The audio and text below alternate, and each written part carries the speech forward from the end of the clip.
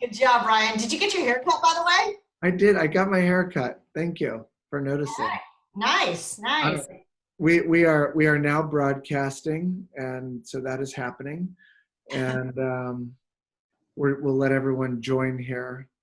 Want to remind everyone that we have a Q&A box that if you have a question or would like to send something in.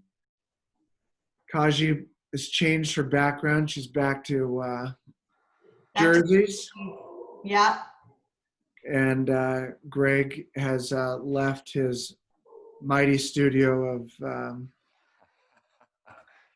importance and significance and is in a hotel room. I did. I wanted your desk to stand out this time, Ryan. Thank you. You're welcome. So, well, it's 11:30, and I think we just get right into it. So, since last time we talked, we're talking about the emphasis, like in the world, was employees are coming back to work. Greg, you're talking about what's going on in Las Vegas and getting casinos back open. And it's like, how do we build these experiences? We can't build these experiences unless we first engage our employees and our team. And you gave some just awesome information. And now since then we've had this this just craziness in our world, social unrest and things like that. And so, Greg, what I thought is if you could just kind of, kick off from what you've seen and kind of your travels, and you've been in a Winnebago and all that. Yeah.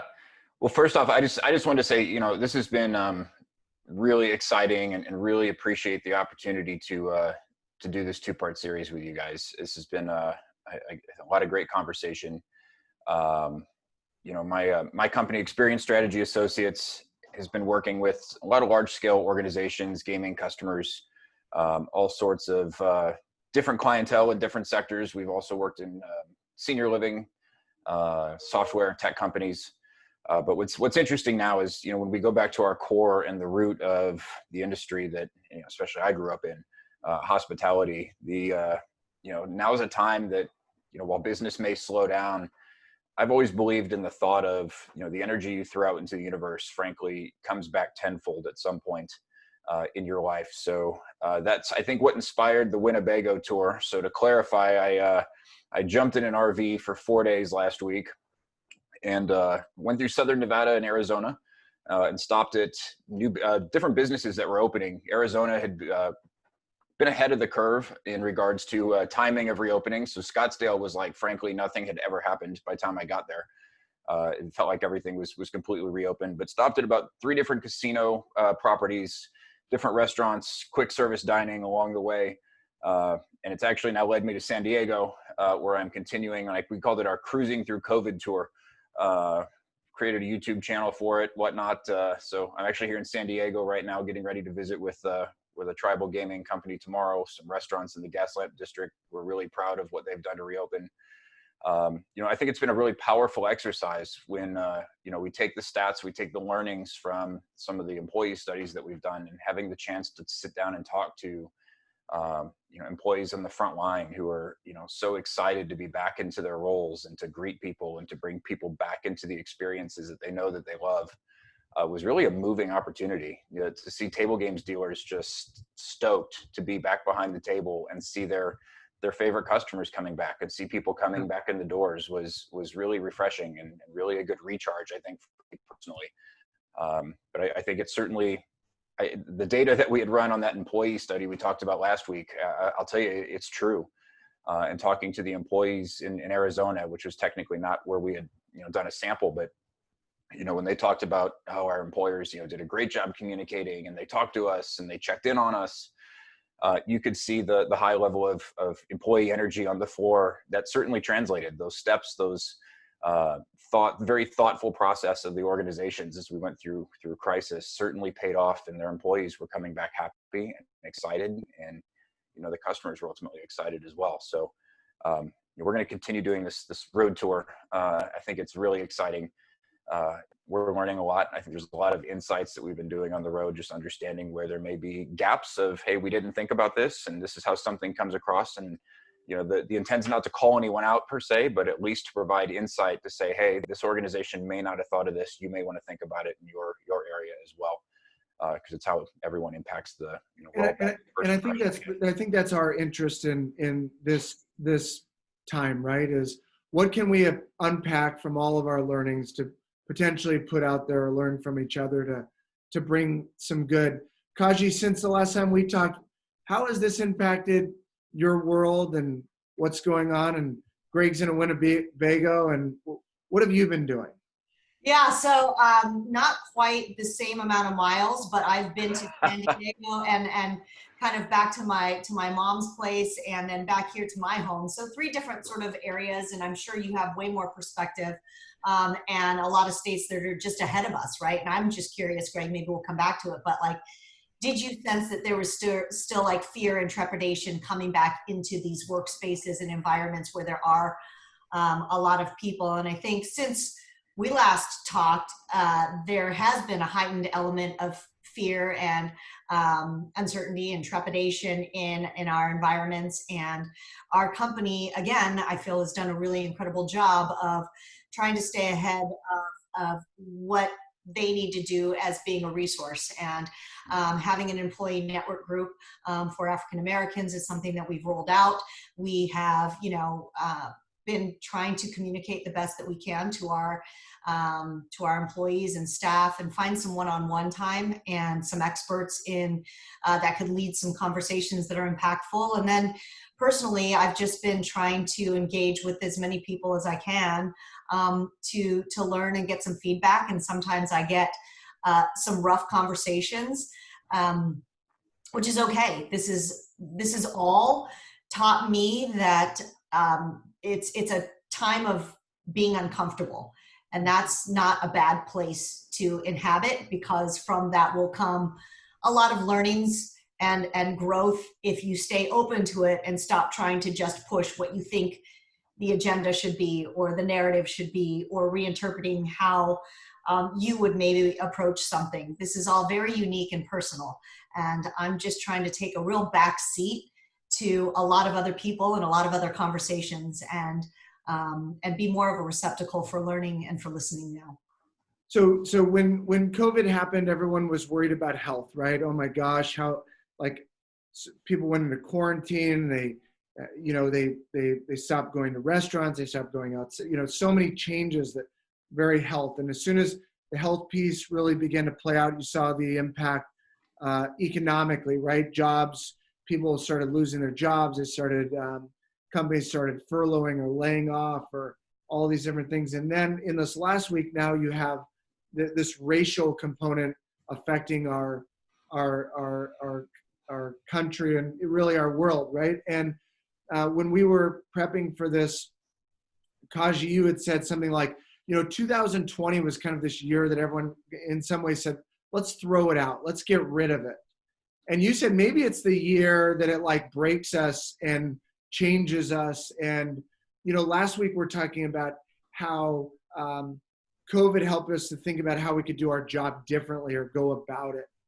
And now this week it's like racial conversations, or these things that maybe we push down, maybe these change the way people engage with one another. And it was interesting, before I jumped on the Zoom, I was talking to a person and they said, I don't even know what to say. I don't even know the right thing to say right now.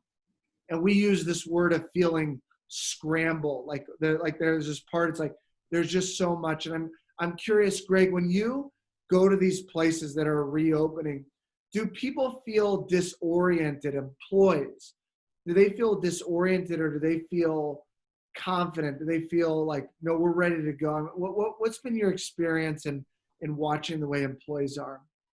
Yeah, I'll tell you, this hotel that I'm streaming from right now, as I was walking in, they're actually boarding up the front of the hotel, preparing for additional protests.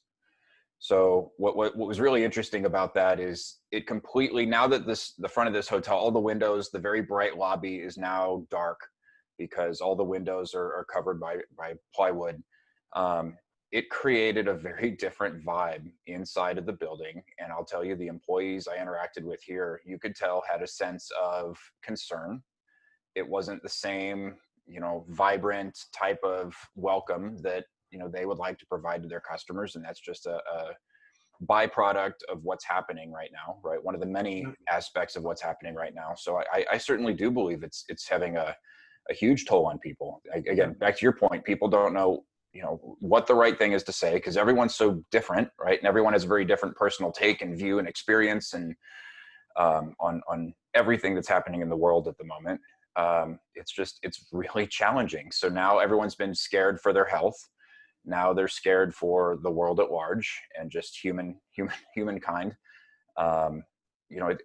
There's a lot of stress, I think, on our team members right now that a lot of folks may not speak up and tell us. And that's what we've got to remember is people have stuff going on in their minds that they may not have shared, they may not have known, but it's digging at them and it's hurting. I think there's a lot of people out there hurting and they, may not feel comfortable or ready to talk about it. And we've got to know that in the back of our minds. So would you say that a survey is a way of listening? Like, do surveys, like I know you did some of this. Is that a way of conveying that we're listening, we're interested, we want to hear your opinion?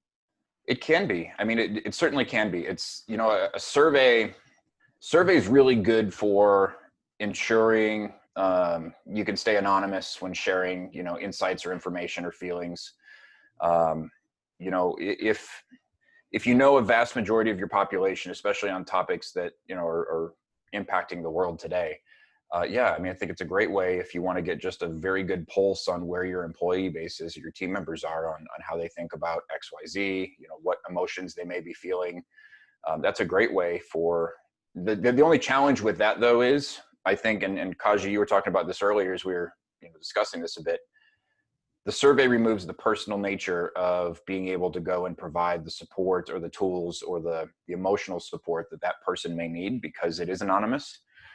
So again, if you want to pulse and just understand what the temperature check of your organization may be, survey is a great way to do it. However, I think personal one-on-one conversations with people goes a lot further because then you can actually start crafting here's how we work through it together. Here's how I can lend a little bit of an ear or empathy to you based on what's going on. I think you can do a survey, but the emotional piece gets lost in that potentially. Kaji, is that your style?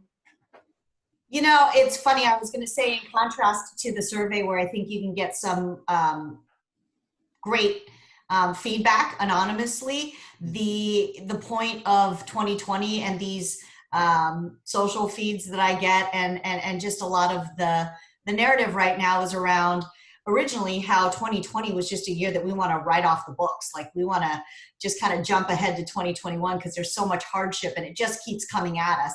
And the change in perspective now is that what we needed, right? Is that kind of like, are those tough conversations? Are those one-to-one conversations, Greg, to your point, are those better served because now we aren't hiding behind social media or a survey or being anonymous. We're having real conversations. And I really do try to promote and encourage myself and push my team to be out of their comfort zone to try to find the greatest amount of learning and growth opportunity. And this year has given us a lot of opportunity to do that from so many different perspectives. And Ryan, we talked about, the health side of it, right? It starts with COVID.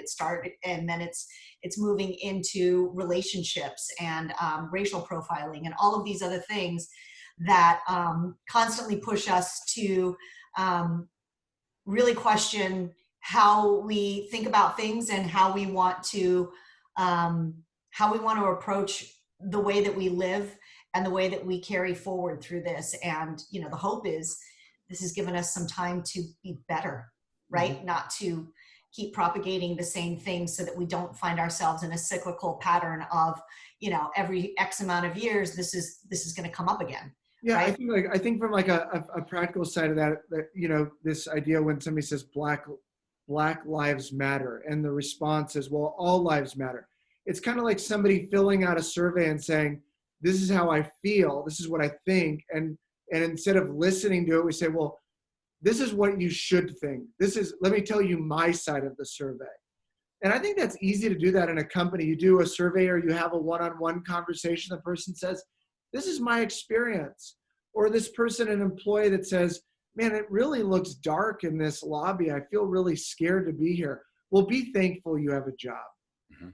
What a shitty way of communicating back to somebody, because it basically, the person took a risk in saying something, in identifying something, and it gets squashed with a quick response, right? And I think we can treat employees like that. It's very easy to say, yeah, I hear you, but a question came in through the Q&A from Dana that said, how can organizations give employees some space and support to begin healing? I'm curious, from both of you, when you look at organizations, that what if there was some form of inequality, or maybe a racial thing that was said? How do you help those organizations heal? What would be some of your first steps that you would do?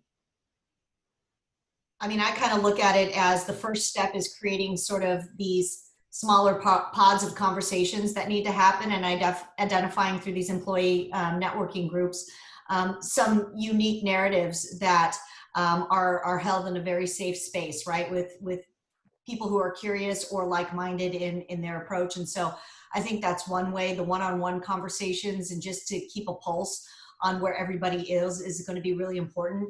Greg mentioned this in the last one, but understanding how to kind of embrace people virtually or otherwise during this time, and when we come back, through welcoming them back into the office, understanding that there's a lot of emotion, and just trying to be dialed in to everybody uniquely, right? For some people, it might be just, I'm back, let's go, I'm ready. And others, it's going to take a little bit of time. And so it's and I think this is how you have to lead anyways, is individually, right? You can't just blanket everybody into one group and say, this is how, everybody's going to respond. Everybody's different, and you have to manage differently.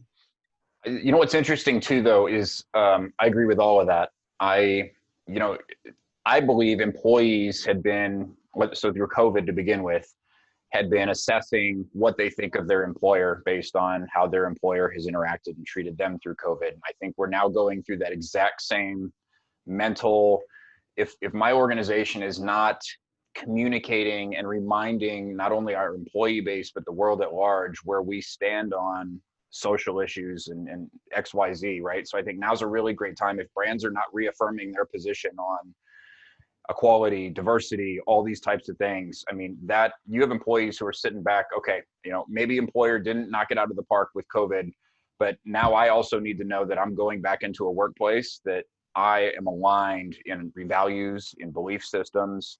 I mean, you're seeing employees at large companies like Facebook, mass virtual walkout, because the employees aren't aligned with some of the decisions that have been made over there. We don't need to get into that, but I think there's been so much disruption, in 2020 that, I think because we're already in an uncomfortable place, people are a little more willing now to say, hey, if I'm not aligned with my company's values now, I mean, I may not go back to work for them. And, there's choices to be made. I think there's a lot of, I'm already uncomfortable. Why not just, keep going until I'm in a good place that I can align with and I feel good. I think that's, Kaji, similar to what you said, right? Meaning you don't really know, but a one-on-one conversation would bring some of that out. I mean, I think as a leader, right? A person that that might be feeling that tension. I think what's difficult about it right now, and we've talked about this word, but when you have fear and uncertainty, right? And when your job's on the line, you don't know where you stand. You don't know if you're going to bring a paycheck home, your health, and you're worried about your parents getting sick, or you think you're going to say the wrong thing. Like, I'm the person that always says the wrong thing. I'm that guy that says the dumb comment that I get, I got to have a sit down. I'm that person. But you start having this fear and uncertainty in life, and Kaji, you said that creates insecurity. And I just know when I'm insecure, I start not saying anything, right? I withdraw, I pull myself off the table. And that's so easy to do in these conversations. And you kind of say, okay, at work, I'm going to stick to these kind of silos of conversations. I hear something very different, and even what you're saying, Greg, is this is not the time for a company to be quiet. This is a time for a company to really go there, and even to go there potentially imperfectly. Like, they don't need to be perfect. Yeah, I think you just have to allow for people to make mistakes and try to correct themselves, and hope that their intentions are good and that everybody's just doing the best that they can. We're not going to have the super fix for anything right now. And I think in our industries, we all move really fast and we fix things and we identify problems and we solve them, right? This isn't that, right? All of these conversations are way longer than the timeline that we're comfortable with. And so I think it's settling into, you're not going to be able to fix everything right this second. You're not going to be able to nail every conversation. There isn't like this perfect playbook or script for how to deal with what the world's dealing with right now. And you talk about the all in. I've never seen something more global and parallel in terms of what we are all going through in humanity than the themes that we're dealing with right now. It's so much bigger than us. And I think that everybody's just trying to hopefully move towards, being better and doing the right things. So I heard someone say something funny the other day. They said, the astronauts that just left Earth made the greatest decision ever to leave the planet for a few days. And I chuckled at first because there's a lot going on. But at the same time, it's like, we're in a really interesting spot. And there's so much self-discovery happening right now. I personally believe every human being truly wants to be well-intentioned and is well-intentioned. But the one thing you've got to remember, when it comes to not knowing what to say or saying the right thing, or, even shelling up a little bit because you're uncomfortable, right? People grow up in very different backgrounds, different belief systems, different ways of communicating. Different families showed affection and communication in different ways than other families do. Now's the time. If someone in your circle is being quiet, it doesn't mean that they don't agree or they don't support what's going on. You just got to remember that everyone has grown up in different ways of knowing how to exert feelings, not show feeling. I mean, there's a lot of, back to the very personal, tying this back to the personal element, people have they've been programmed very differently, and it's hard to change that at a certain point in your life. Most of your programming is locked in by the time that you're 5 years old. So it's hard for an adult to go back and change, how they show emotion or how they show expression of whatever. It's important to remember that. Greg, out of all the openings that you saw, did you notice one that was done better than the other? Did you see one that had a more engaged company culture than the other? Was there, and could you identify that to anything specific that they might have done internally to produce those results? There was, and I'll give them a public shout out too. It's the Gila River Casino Group in Arizona. I went to their Longhorn Butte property and spent quite a lot of time there. And I'll tell you. Can you just say all those words again? That is quite a name and a place. Yeah. I mean, Gila River Hotel and Casino Group in Phoenix, Arizona. Scott's there in Chandler, Arizona. The Longhorn Butte property, and they had two casinos literally like a mile from each other, which I don't think I've ever seen before. And they were both packed. But, what was really interesting was all the employees had branded face masks for the property and the company, which made them feel, a part of the what's going on. You could tell that the organization truly took care of their people through all of it. They talked about it, right? I even very directly asked, how are you guys taken care of through all this? And they said our employers treated us like they cared about us. And that was a verbatim comment. And you can see that's the employees communicating. They felt cared for. 100%. And it's funny when you think about it, we all have a level of discretionary effort that we can apply to whatever that we're doing in the moment. You can give it 110%, you can give it 50%, and you get to choose how much energy you're actually going to exert in what you're doing. And you could just see people were smiling, you couldn't see the smiles, but you could see it on the upper side of the face as they're greeting you. But they were passionate. They were absolutely wanting to make people feel welcome and safe and answer questions. And there was a team that was dressed in bright green shirts. This was a suggestion I had on my tour, and then it actually happened. It was pretty cool to see a property doing it. but they dressed all the team that's going around sanitizing the property in bright green shirts to make them stand out. So that you could see very quickly that they're out there doing that. And those team members were probably the most excited on the casino floor. They're jumping when they saw someone get up from a table so they could wipe down the plexiglass. I mean, you could see that they knew their value proposition going into reopening and how they were going to make people feel comfortable. And it was really, really cool to see. What a great story. I Yeah. love that. I mean, because you hear so many, like where you go, well, what is it going to be like? And it's going to sound bad, but when you just talked about that, it made me want to gamble. Like, it made me want to go there and start gambling the 2 nickels that I have left. That's awesome. That's awesome to hear that. I'm excited. Tomorrow I'm talking to some housekeepers at one of the properties out here in San Diego. And I'll tell you, I am so excited for that dialogue. If you've never cleaned a hotel room in your life, call me and we'll make it happen, because it's an experience every human being should have in their entire lifetime. It is so humbling, and it is so, the amount of passion that they put into cleaning that space, they treat it as their own, and it's so amazing.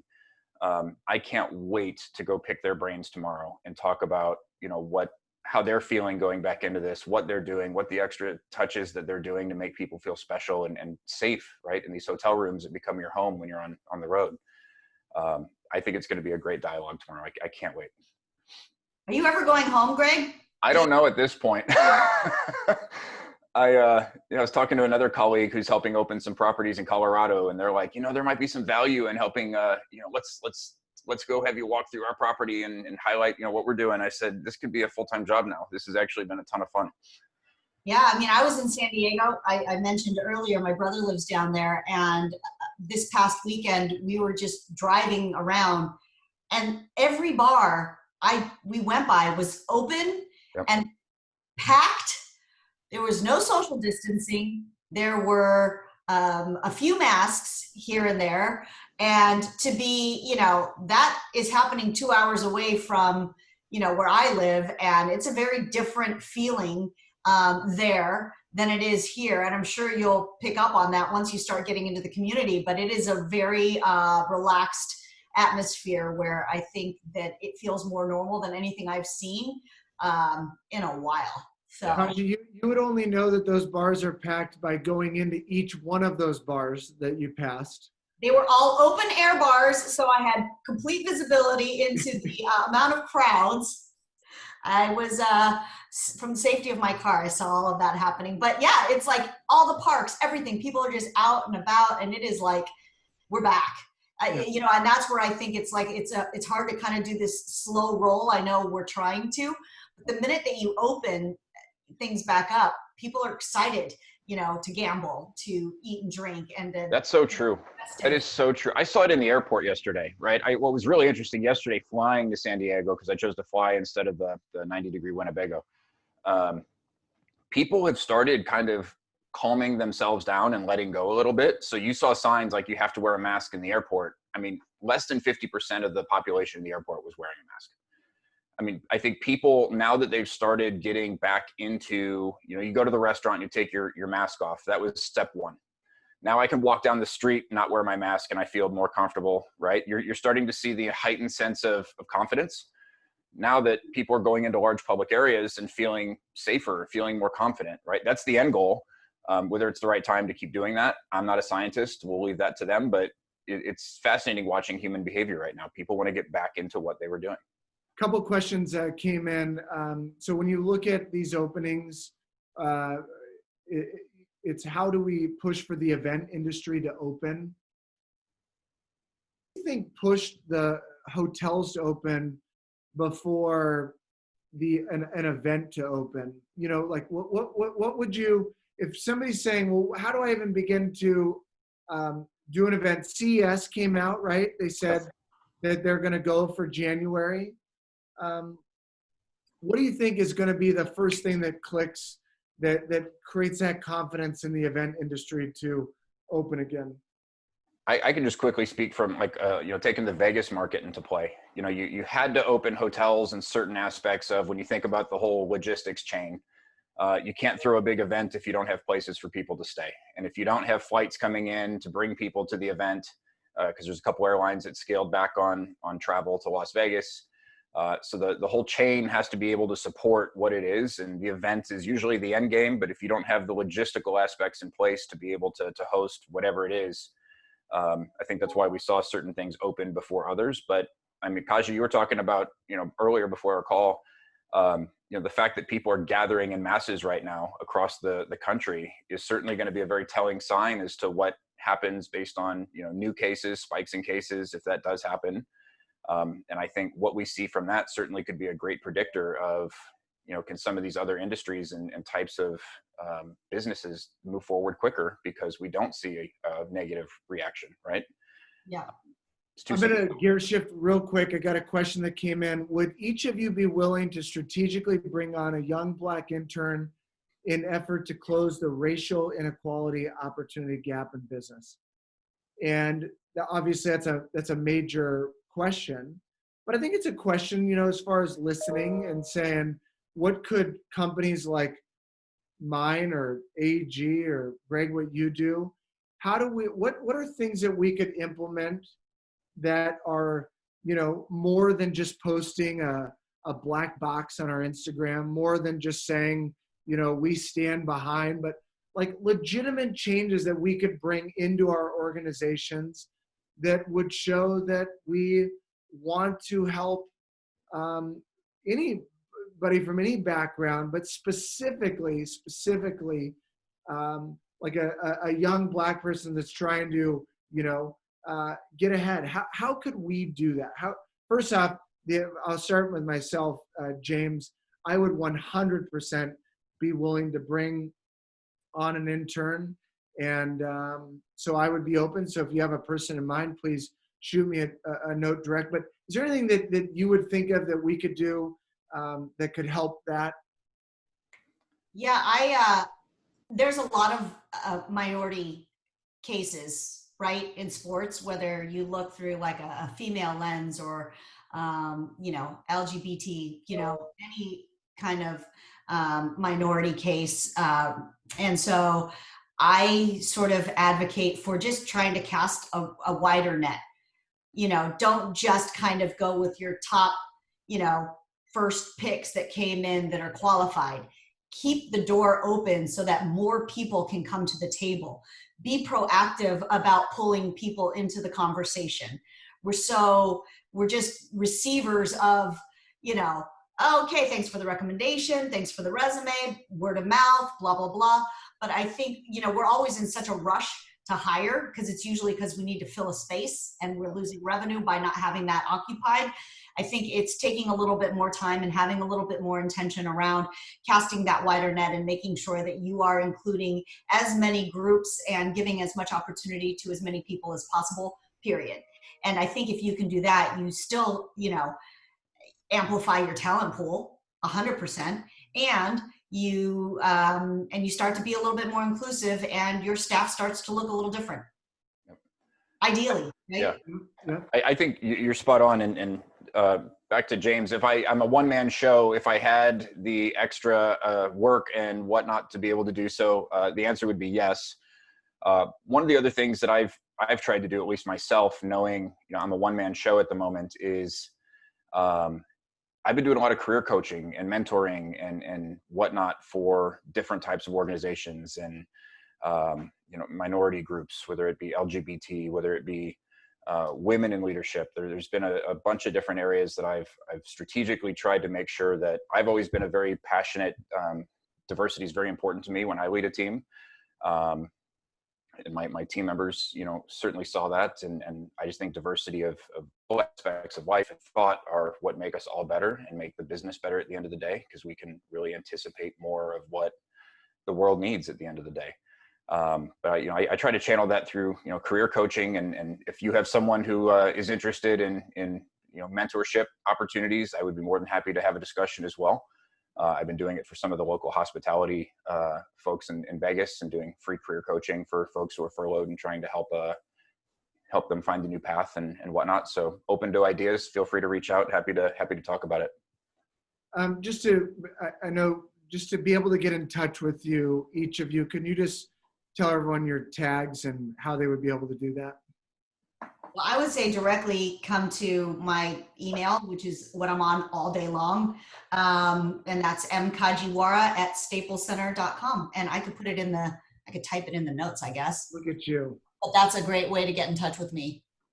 Yeah, my website's Experience Strategy Associates. My email's on there. My contact page, probably easiest just to connect through there. But it's greg@myexperiencestrategy.com is my email.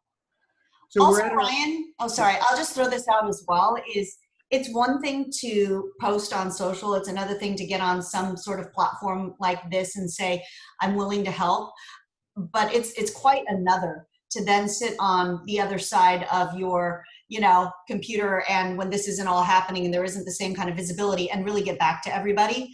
But I have made it a goal of mine to make sure that if I'm going to do anything, I'm going to just do it as big as I can. So every single person that reaches out through LinkedIn after I have a conversation, everybody that wants to, pick your brain or have that coffee chat or whatever, like, I do it and I make time for everybody. And if there isn't something scheduled in my calendar, I try to find ways to reach out and try to, pull anybody up or have some dialogue. So this has been an ongoing weekly thing where I'm really focused on the mentorship piece, because I do think that's how you get more people into the nets, is starting when they're young. And to the internship point, that is like, put your hand up. I can't hire a woman for a sales job if nobody's applying.